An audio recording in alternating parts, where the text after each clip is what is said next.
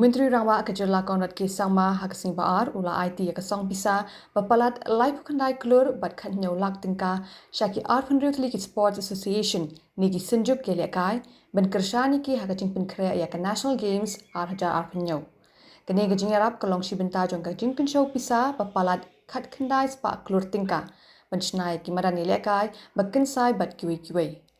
In the preparation for the 39th Meghalaya, the 39th National Games to be hosted here in Meghalaya, the state government is preparing in multiple fronts. The first aspect is, of course, in terms of the infrastructure required for the games.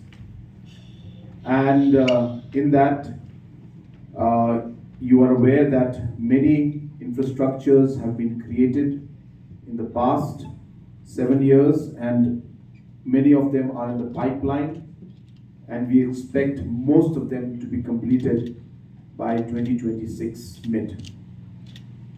Close to about projects worth 1900 crores are being implemented in terms of infrastructure preparation for the National Games. At the same time, you're also aware that apart from hosting the game, Meghalaya is also obviously one of the participants.